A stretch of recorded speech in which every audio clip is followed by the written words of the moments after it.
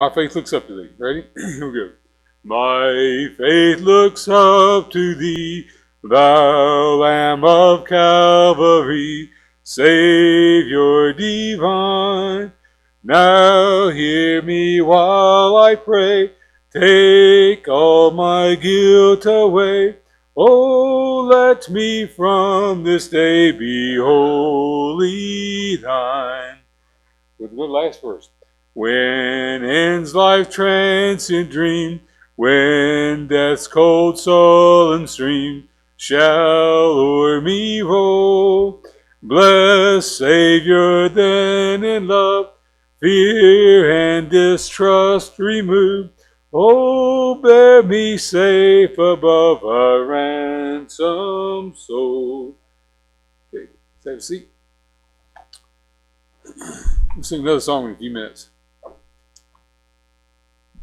Something I'm looking for, but I'm not sure what I'm looking for. Does anybody love to sing? How many of you sing when you're not in church? You sing gospel songs when you sing the hymns and songs when you're not in church. Well, you can sing other songs too. I love to sing. I do it a lot of times when I'm driving. Okay, let's go to the Lord in prayer. Does anybody have a spoken prayer request?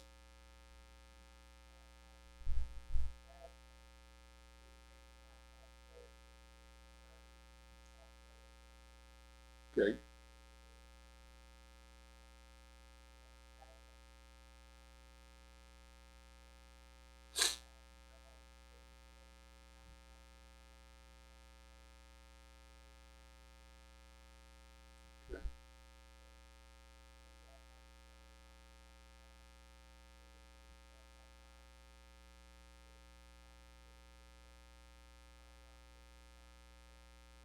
Uh-huh.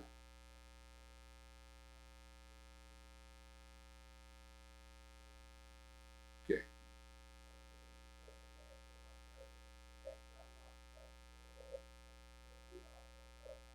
Okay.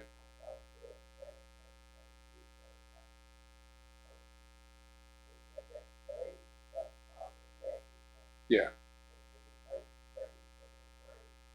Okay.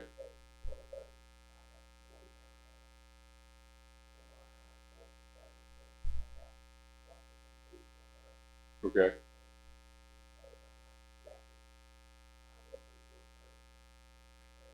Okay.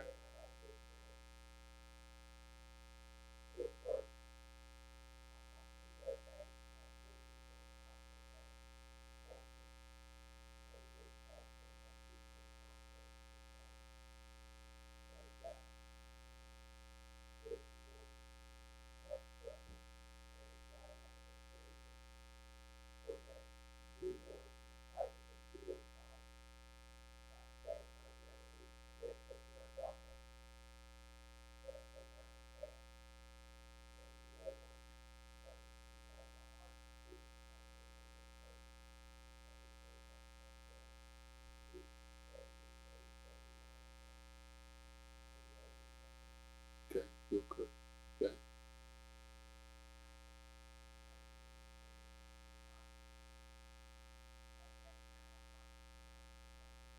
Mm-hmm.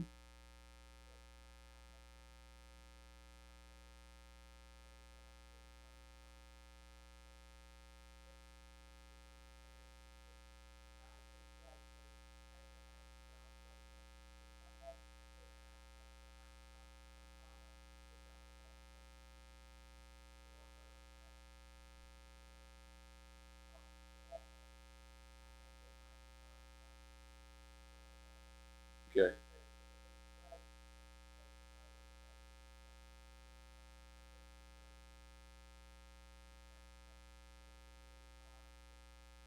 Right. Okay. Continual health problems is hard. You mentioned Annette. Gary's got back problems, and hopefully he's got to be on his job something like the time before he can have time off enough to have surgery. So February, March, yeah, to be able to have surgery. Yeah, yeah. Yes, it is. Yes, it is. A lot of people in our church need. A lot of people in our church have health issues or other problems that nobody knows about, and it's not mentioned every week. You just pray for your brother and sister in Christ. Pray for everybody in the church and the needs that they have. Anybody else? Okay, let's go over in prayer. The Heavenly Father, thank you, love and mercy, and you give us to us. And thank you for saving our soul from hell and the promise of heaven and eternal life. And we know that our friends and families there, and we're going to see them someday. I pray for those in the family, in our church family that are sick and have special needs. Bruce and Patty and Gary and Annette and different ones that have physical needs, Lord and Tracy, that you'll meet their physical needs. And I pray for those that have needs within their homes, spiritual needs within the homes, or emotional needs, whatever's broken. I pray that you'll help them to fix it.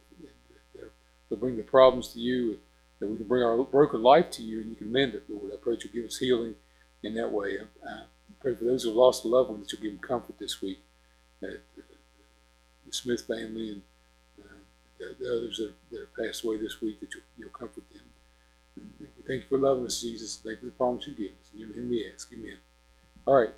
I'm going to get right into the lesson. I'm going to read a lot tonight. That clock says it's 5 minutes till 7. So, Charlie, you're early. I have no idea what time it is. It's still going to be, huh? So it's still going to be 5 till 7 when I finish our lesson. I'm going to read a lot from 2 Kings chapter 9.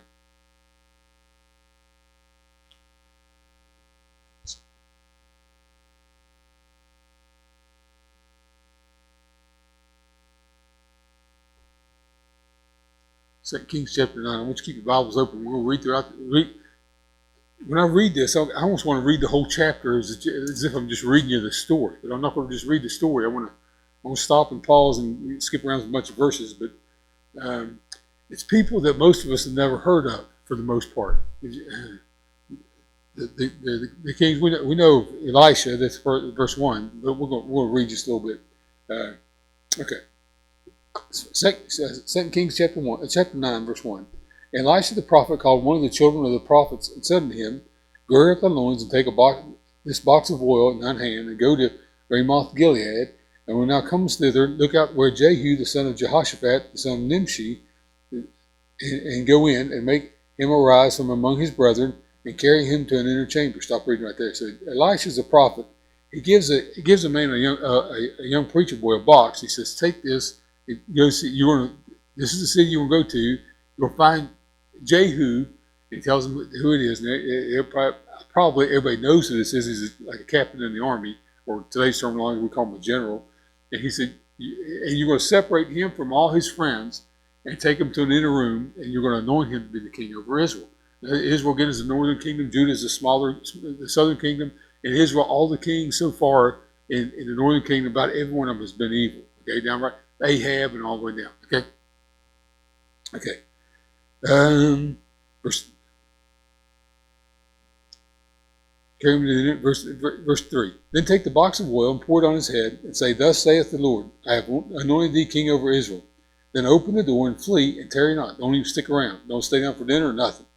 So the young man, the prophet, went to Ramoth Gilead. And when he came, behold, the captain of the host was sitting, and he said, I have an errand unto thee, O captain. And Jehu said, Unto which of us?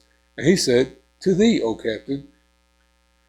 And he arose, went into the house, and he poured the oil on his head, and said unto him, Thus saith the Lord God of Israel, I have anointed thee king over the people of the Lord, even over Israel. And thou shalt smite the house of Ahab thy master, that I may avenge the blood of my servants, the prophets, and the blood of all the servants of the Lord at the hand of Jezebel. For the whole house of Ahab shall perish, and I will cut off from him that pisseth against the wall, and him that is shut up and left in Israel. And I will make the house of Ahab like the house of Jeroboam, son of Nebat, like the house of Baasha, son of Ahijah. And the dog shall eat Jezebel and the portion of Jezreel, and there shall be none to bury her. And he opened the door and fled. So this young man does exactly, stop reading right there. So here's the young man, young preacher boy. Elisha sends him down. He comes to all the captains of the army. They're sitting around together, and he said, I've got a message for you. Jehu doesn't know what's coming on. I mean, he has no plan on being a king or would say president or whatever. He is probably a good leader, a good military leader, and everybody knows how he drives, and we'll see that later. But Jehu is in this respect, he's not expecting something. He's a humble man, and his servant comes. I need to speak with you. He said, which one? He said, you. We need to go in the room. So we went in the room and talked. The young man pours oil on his head. He said, God's anointed you king, and you're going to execute God's judgment on the house of Ahab. Every male's going to die. Every female's going to die. You will kill everybody in the whole house. Okay? Now, everybody that is a descendant of Ahab or everybody that is part of his inner circle is like going to the president saying, "We'll kill all your cabinet. Everybody that's your close buddies that is your cabinet. We're going to take you out at one time." Okay? God's going to do this. And the young man leaves the box of oil and runs out the door. And Jehu walks back out where all his men are sitting. And they said, "Who was that crazy guy?" Okay? Who was it? Let's read it. I like to read. This is a chapter. It's like a story that you can just read, right? So let's read it, okay?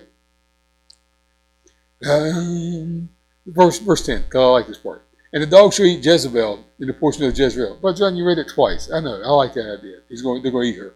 And there shall be none to bury her. That means nobody cares that she's dead. And he opened the door and fled.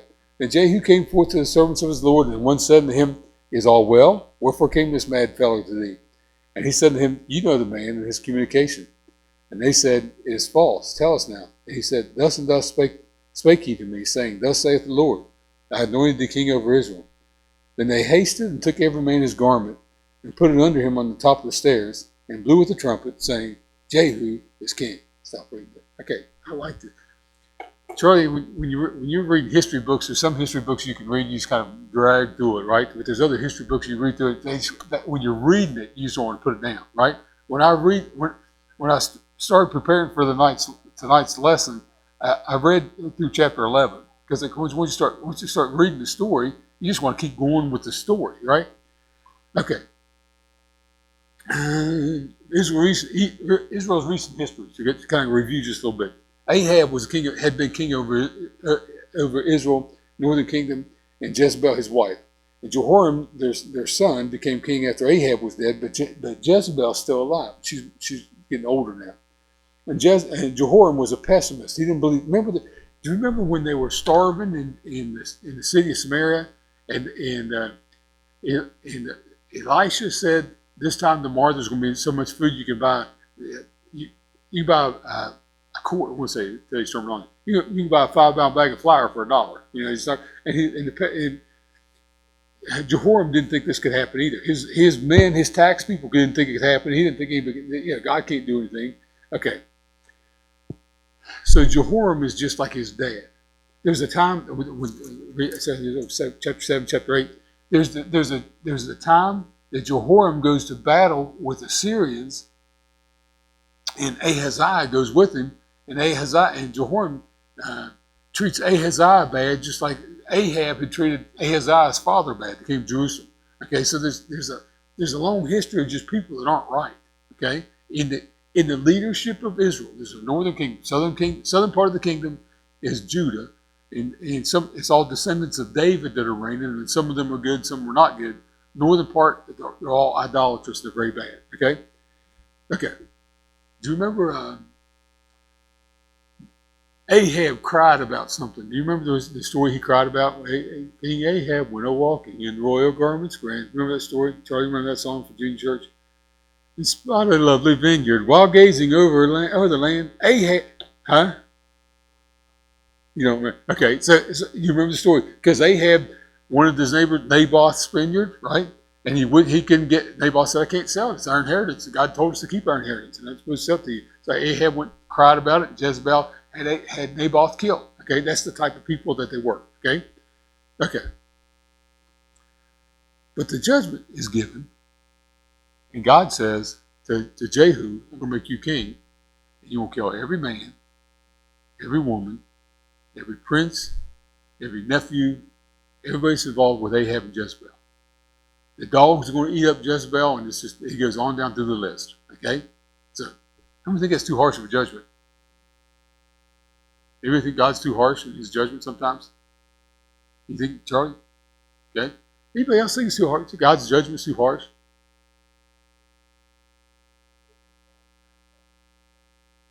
In today's terminology, how many think bombing? How many think killing that general over in Iran, the Iranian general that was in Iraq this past week? How many think that was a bad idea? Anybody think that was a bad idea?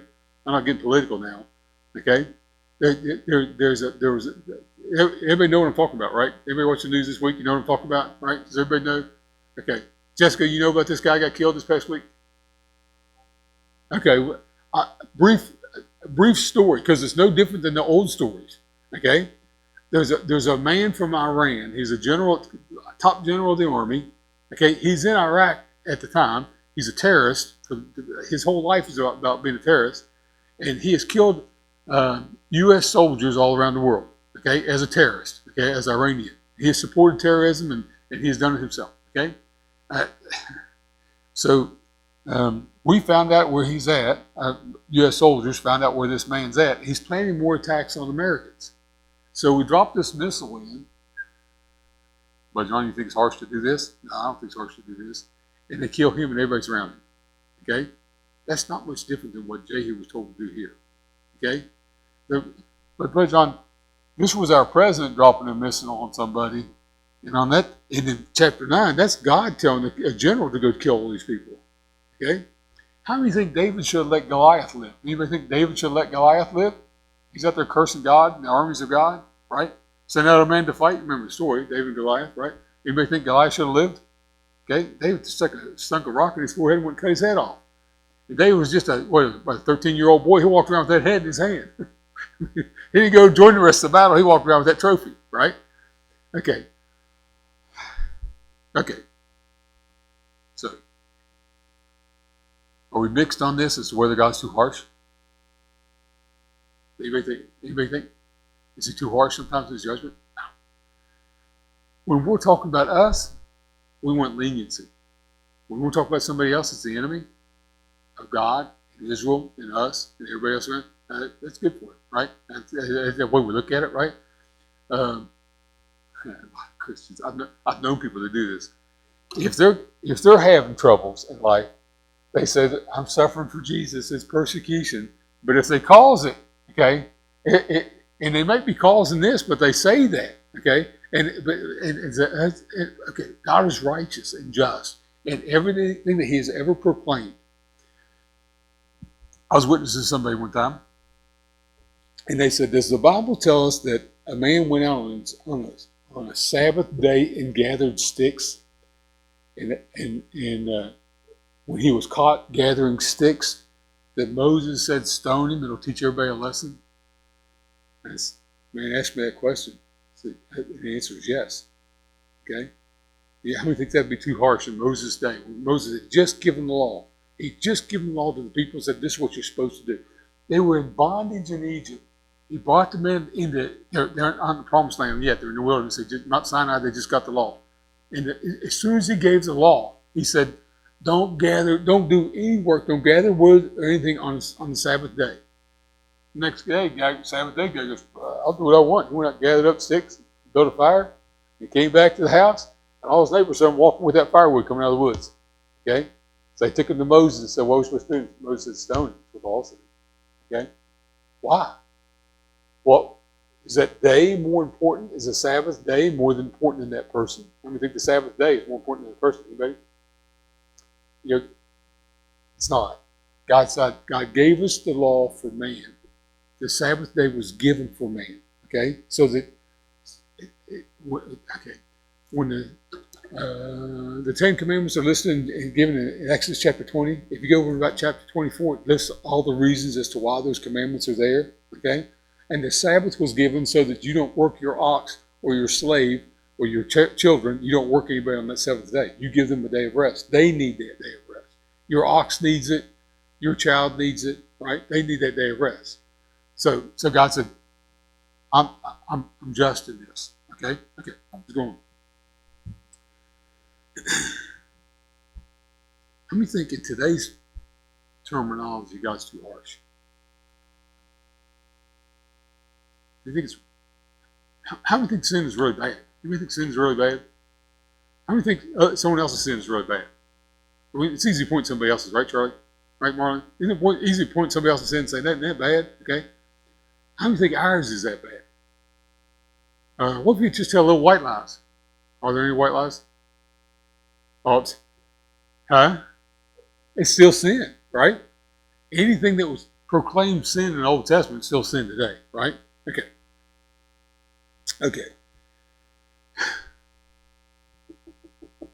I've given this illustration 100 times. Here's the sinner where God says, "Walk the straight and narrow path."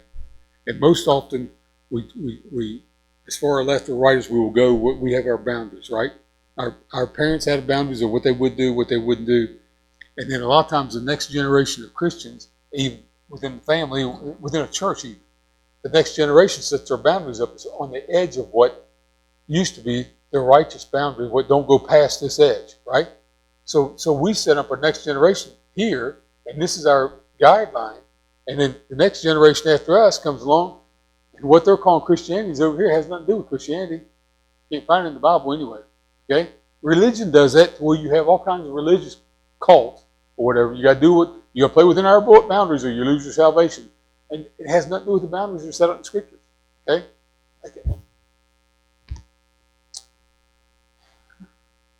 Let's read what Jehu does. Okay? I'll read some more verses. It's only 7:05, so we've got plenty of time.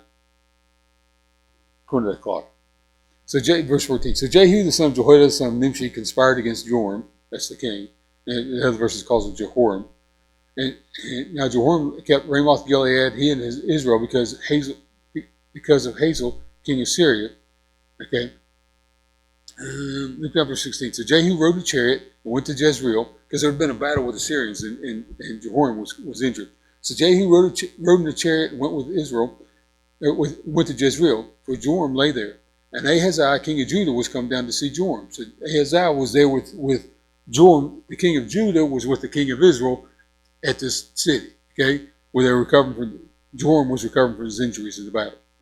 And there stood a watchman on the tower in Jezreel, and he spied the company of Jehu as he came, and said, "I see a company." And Joram said, "Take a horseman and send to meet him, and let him say, 'Is it peace?'" So they see a bunch of soldiers coming across the desert at him, coming across the fields towards him. So they went out one on horseback to meet him, and said, "Thus saith the king, is it peace?" And Jehu said, "What hast thou to do with peace? Turn thee behind me." And the watchman told, saying, "The messenger came to him, but he cometh not again." So Jehu's driving a chariot. He can't go as fast as just man on horseback by himself.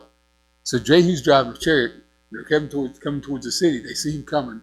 And so they send a messenger out on horseback, and then they see the messenger just kind of fall in behind Jehu and come back towards town, continue on towards town. Okay. Verse 19, then he sent out a second on horseback, which came to them and said, "Thus saith the king, is it peace?" And Jehu answered, "What hast thou to do with peace? Turn thee behind me." Because there's no peace in any land that is governed by idolatry and witchcraft, and which that's Israel at this time was governed by idolatry and witchcraft. Ahab led the idolatry. Jezebel is involved in the witchcraft, his wife. And the watchman told, saying, He came even to them and cometh not again. And driving is like the driving of Jehu, the son of Nimshi, for he driveth furiously. So they know how he drives, like Ben-Hur in the movie, okay? In the chariot. Everyone's seen the movie. Should have, right? Right, Marcia, you've seen the original movie, right? It's better than the new one.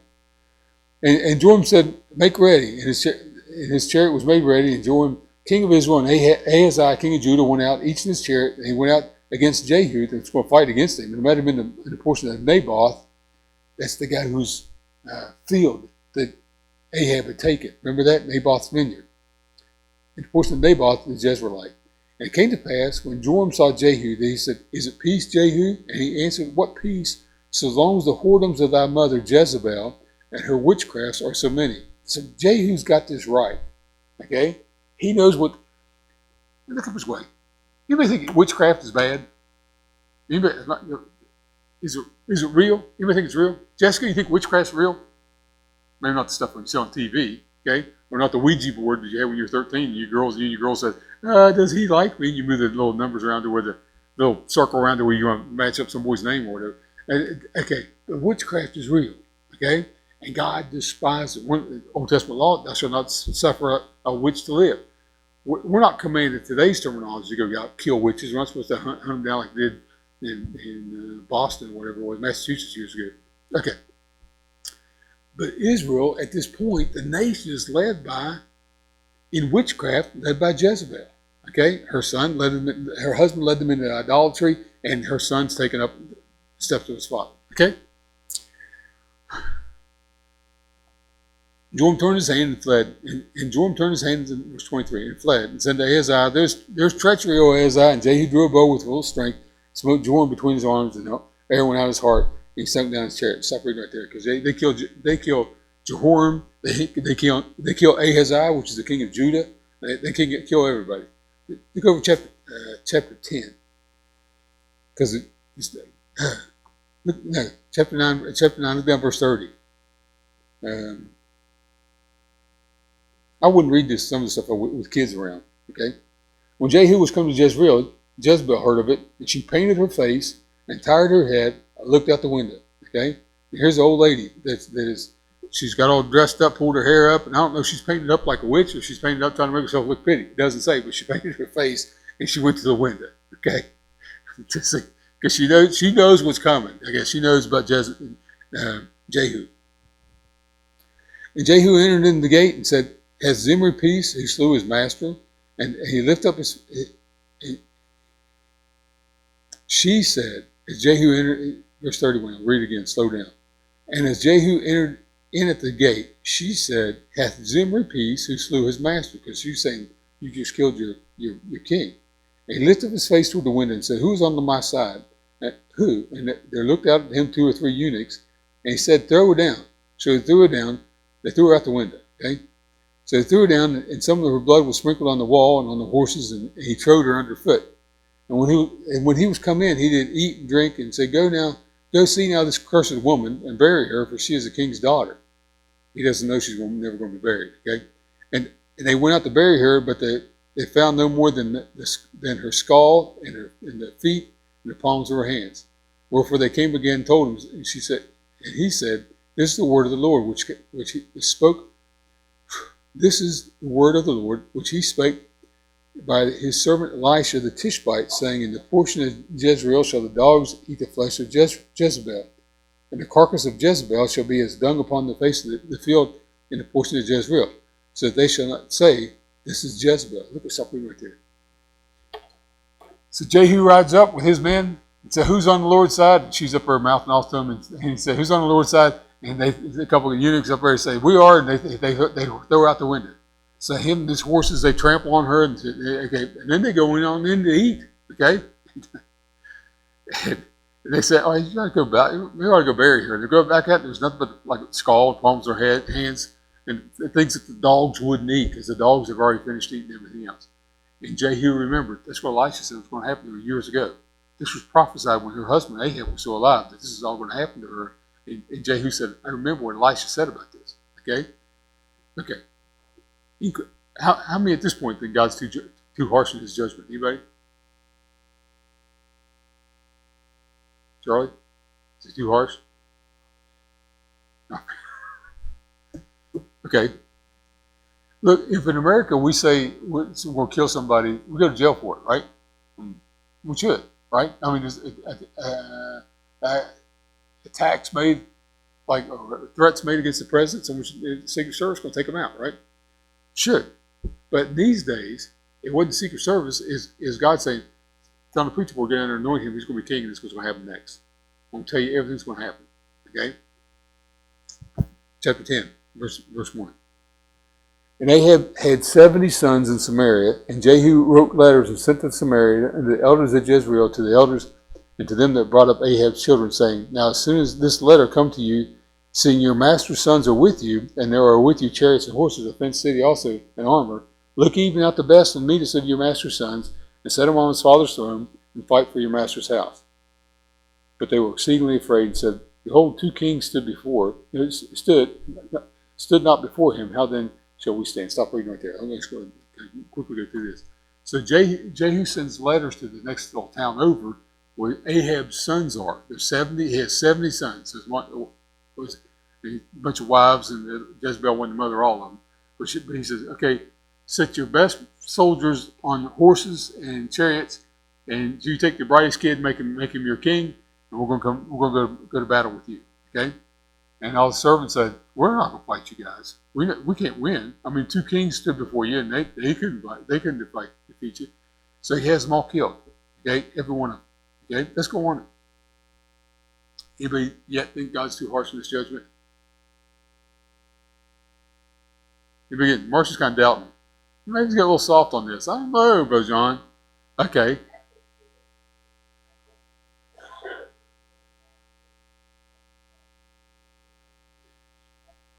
You know, when the children of Israel went into the promised land, were in Egypt, and they came through 40 years in the wilderness, you know, the older generation passed off, and they went into the promised land. You know what they were told to do? Every tribe that they came to, they gave them the option to leave. Okay? God has given them this land. They're going to take over this land.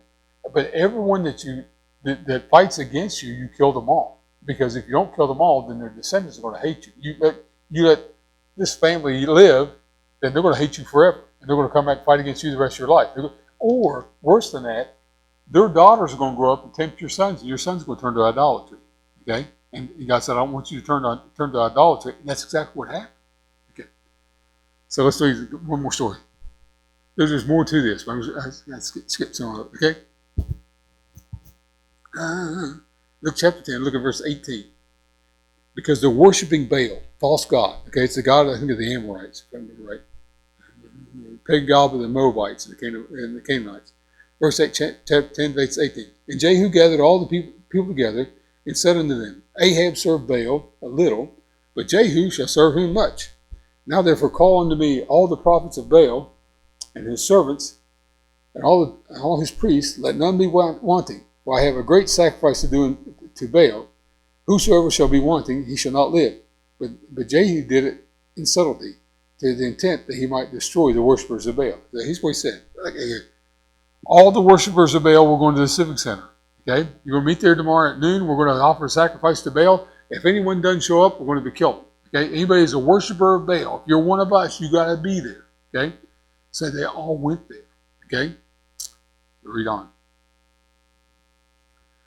Verse 21. So Jehu sent throughout all Israel, and all the worshippers of Baal came, so that there was not a man left that came not. And they came, that means everybody that's there is a worshiper of Baal. Everybody shows up. And they came to the house of Baal, and the house of Baal was full from one end to another. He said to them, and to him that was over the vestry, bring forth vestments for all the worshippers of Baal. And he brought them forth vestments. And Jehu went, and Jehonadab, the son of Rechab, into the house of Baal, and said unto the worshippers of Baal, search and look out there, look that there be here with you none of the servants of the Lord, but worshippers of Baal only. Look around you, make sure there's no Christians in this room, no worshippers of God. Okay, make sure there's nobody in here that's you know who the real believers of God are, the God of Israel. Make sure there's not only worshippers of Baal here. And when we went in after sacrifice and burnt offerings, verse 24, Jehu appointed 80 men without, and said, if any of the men whom I have brought unto your hands escape, he that letteth him go, his life shall be for the life of him. That means don't let anybody leave this room. They're all going to die. It came to pass, as soon as he had made an end of offering the burnt offering, that Jehu said to the guard, to the captains, go in and slay them. Let none come forth.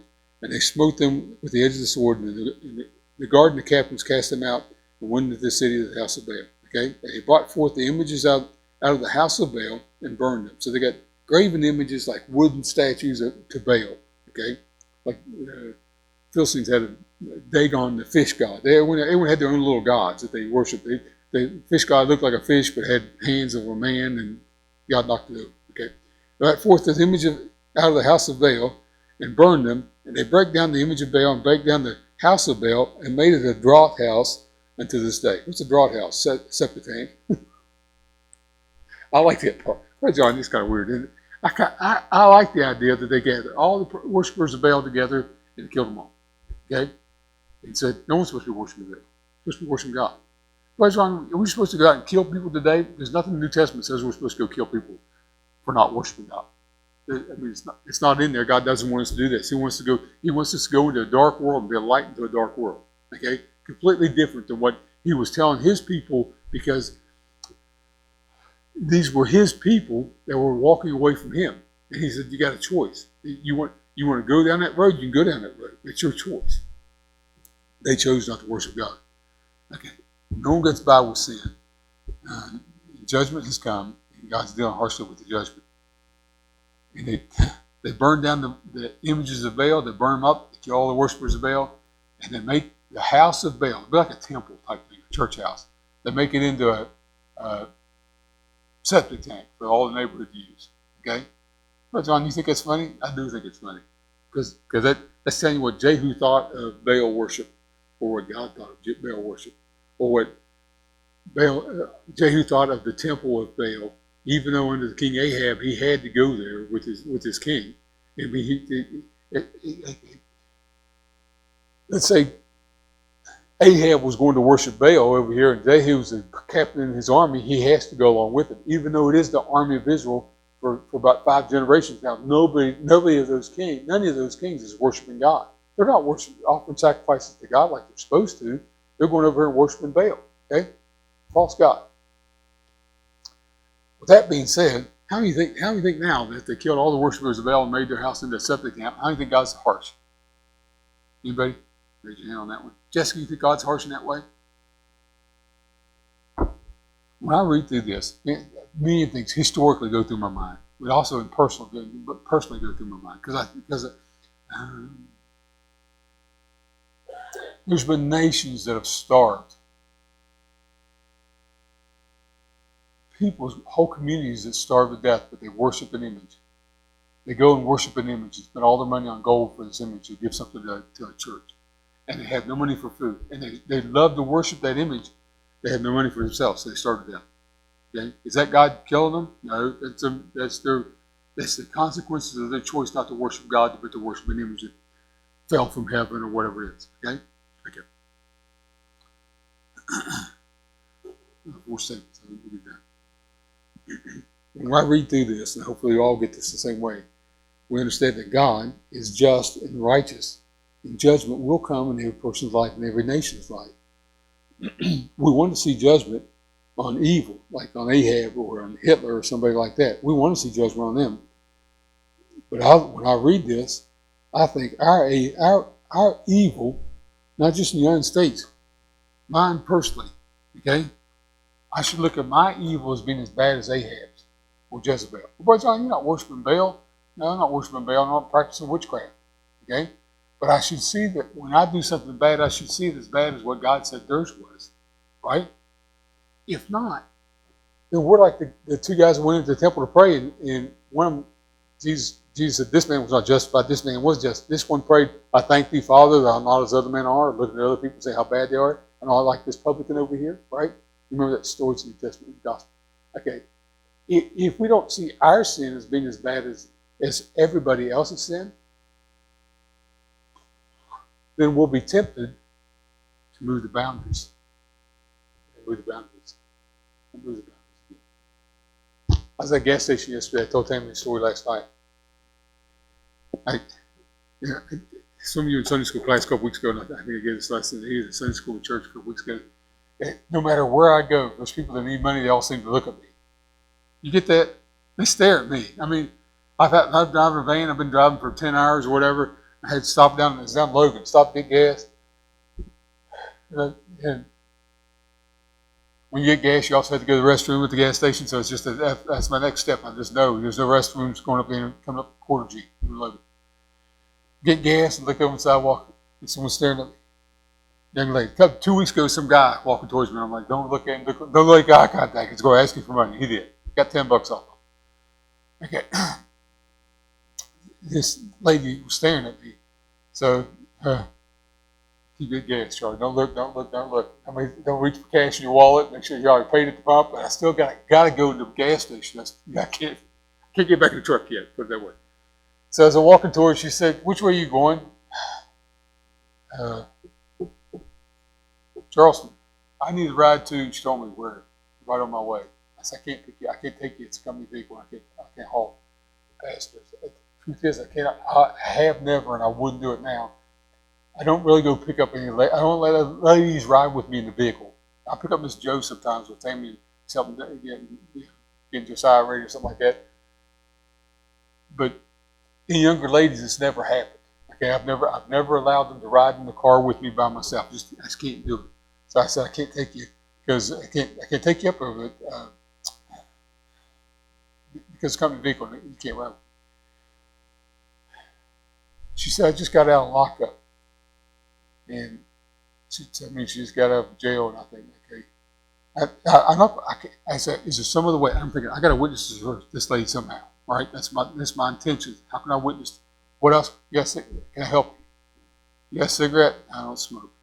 I mean, but in my mind, in my heart, I'm thinking I got to talk to her about Christ, because looking at this person, say it the right way. Life is hard. Judgment.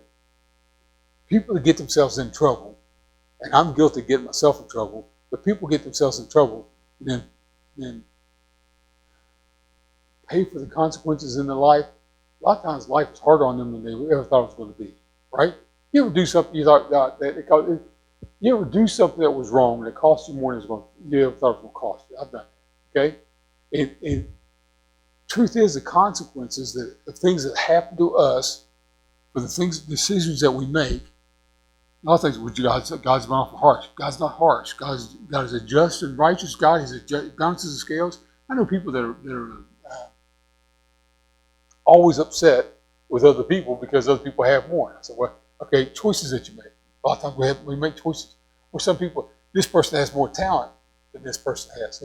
But God is always just. He is always just. And when we do stuff, he says, okay, it could be I'm going to allow consequences for what we've chosen.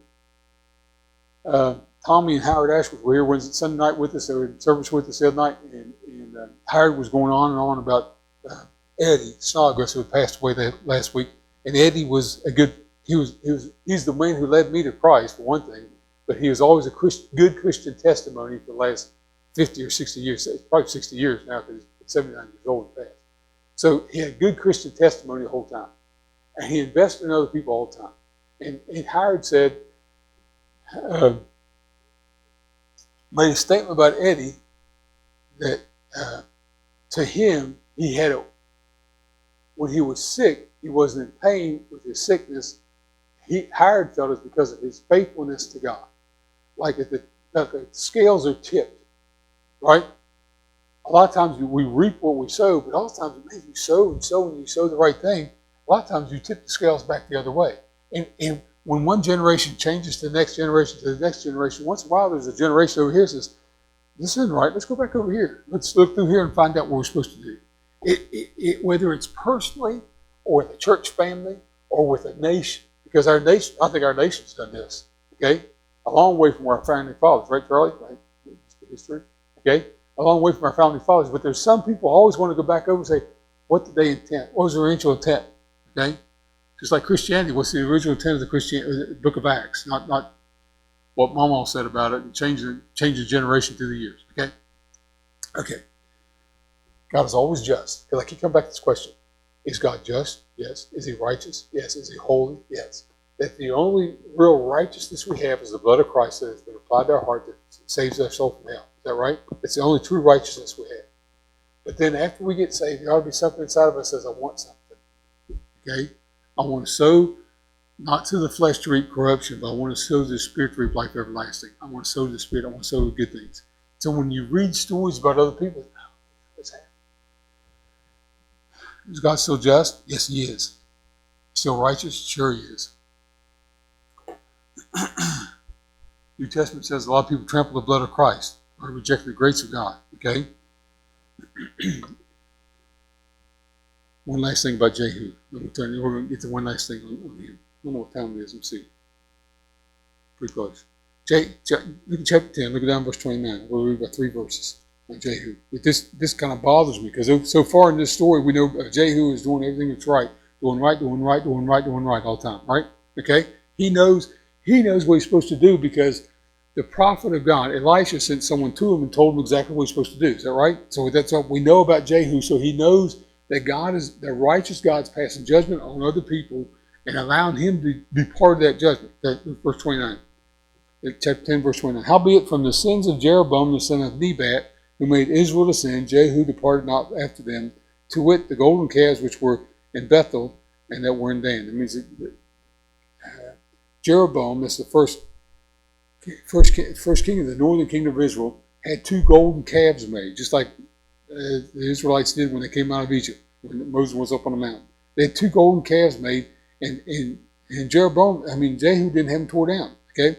The Lord said unto Jehu, because thou hast done well in executing that which is right in mine eyes, and hast done to the house of Ahab according to all that was in mine heart, thy children of the fourth generation shall sit on the throne of Israel. Stop reading right there. So God says to Jehu, because you did what I asked you to do exactly to the T, what I asked you to do concerning the house of Ahab, you did everything you're supposed to do. That means your son and your grandson and your great-grandson are going to be kings over Israel. And that's the longest in the northern kingdom of Israel. That's the 4 kings in one family. That's because everyone else was just, they kill this king, somebody else becomes king, somebody else, one family, one handed down from one to the other. Okay? So in the northern kingdom, that's the 4 kings, that's the longest lineage of kings in the northern kingdom. Okay. But Jehu took no heed to walk in the law. This bothers me. Okay? But Jehu took no heed to walk in the law of the Lord God of Israel with all his heart, for he departed not from the sins of Jeroboam, which made Israel to sin. That means he didn't care about the calves being up there, and didn't bother him a bit. Okay, he'd go tear those calves down. He doesn't say he worshipped the calves, but they were there.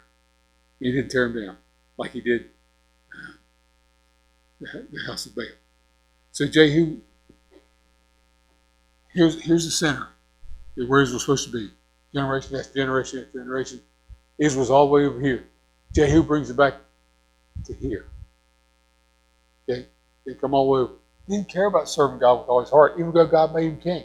And God promised that his son, grandson, great-grandson are going to serve after him as king of Israel. And he gets all this blessing because he's done this thing.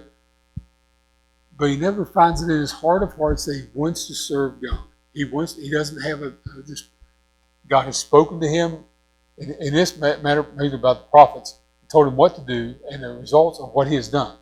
But to him, it's never a personal thing. And I think, why is that? Why does he not want his personal thing to say, I want to serve you? Why is he not like David, a man after, quote, man after God's own heart? Why does the boundary stop here? If he's coming back over from over there, why does he stop here, Charlie? Why do a lot of Christians, when they know what they can be, say this is good enough? That bothers me. Because I've been over here at times. I've been here at times. And sometimes I just settle for here. Like I'm not quite what I'm supposed to be. Why we settle? It's a human nature. It's just we're all sinful, Brother John. Why can't we be? Okay, I'll be like Jehu. I'll be a military guy.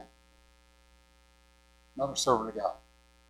Completely different. Let's pray. Any questions? How do you think God's just? Is he just? Is he righteous? Is he just in his judgment towards men? Okay. He always has been. He always will be. The only righteousness we really have is the blood of Christ. The atonement that's made for our sin. Right? But in our heart of hearts, we can surrender more than what Jehu did and come back to this point. God, I want what's best. I want to know that you know. I know that you know what's best. I want you to know that I want to serve you wholeheartedly. Jehu didn't serve him with all his heart. Then when I read it, I think, wow, why didn't he? Why did he come back? He could have been like Solomon, build a temple, right? He could have been like David and a man after God's own heart, but he wasn't. Okay. Any questions?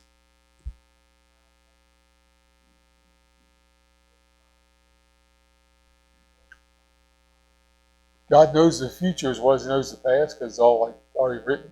So he already knew what Jehu would do. But he knew that what he asked Jehu to do was to eliminate Ahab's house. And where we read that Jezebel was eaten by the dogs, they didn't want anyone building a shrine to Jezebel, and say, oh, this is a great Jezebel that was killed by this man. Okay, so they didn't want her bones out there anywhere. They want a tomb for her and everything. So God knew that Jehu would do everything he asked him to do. Okay, and he did. It was a good choice. God always makes a good choice. It was a good choice for God to make. That's the closest I can come to it. That's why he chose him. They still didn't come back over and say, I'm going to serve you with my heart. Okay, Charlie?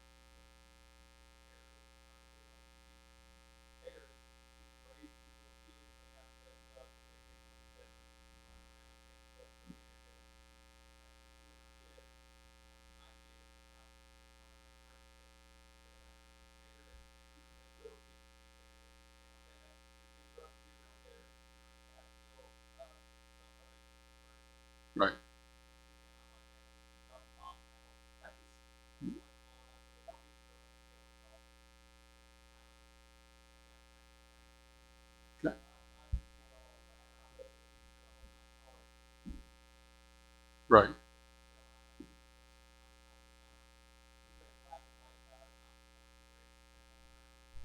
God is righteous and just like you're right.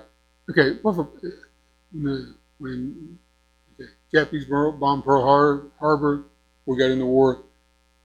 We dropped the bomb on Hiroshima or Hiroshima, how you want to pronounce it, right? So we dropped the bombs there. How many children were killed? A bunch of them, right? You know what?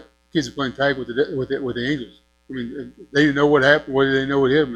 And they're up in heaven rejoicing. Okay, had they grown up and worshipped their king instead of worshiping God, that all those children that died in those bombs may have ended up in hell if the gospel had not gotten to them. Hudson Taylor took the gospel to China years ago, different place. Okay, so you're right. We can't see the whole thing. God sees the whole thing, and it's a lot of times that's too much.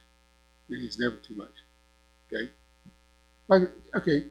How many God's just in creating hell? He's right.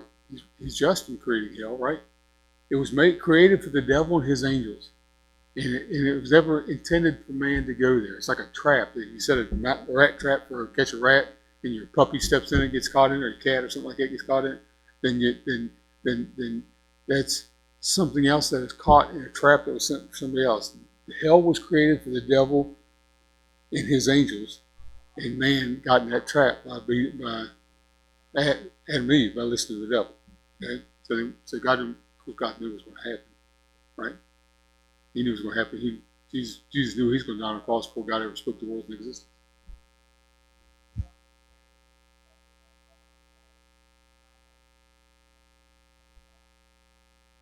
He knows the outcome of all that more than we do.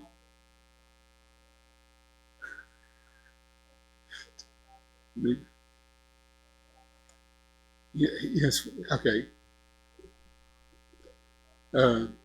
Again, 16 years ago, when it was, we went into Iraq for the first time. Well, actually, we went in the 90s when they invaded Kuwait. But there was a lot of Christians living there that were persecuted by the Muslims all the time. But there were a lot of Christians there. So there were people there. Whether or not they're all evil. No, they're not all evil. There are Christians over there just like there are here that are fighting against the evil. They're witnessing to their neighbors just like you and I are supposed to be. Okay? In those other foreign countries. Okay. The kids are done. We ought to be done too. It says, according to that clock, it's on 7:30. I'm just kidding. Any more comments, questions? Okay, let's pray with this. Thank you, Lord, for loving us. Thank you for giving us to us. I pray you'll help us to understand why you do what you do. We trust you, Lord, for the outcome of everything in our lives. We know you know what's best, but sometimes we don't know. We trust you and we ask you to guide us. Forgive us where we come short. In Jesus' name we ask. Amen. You're dismissed. We're not going to sing again. I won't put you through that.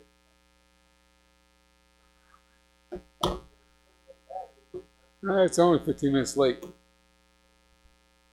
I think Charlie said it that way so that he'll be on time when he gets here.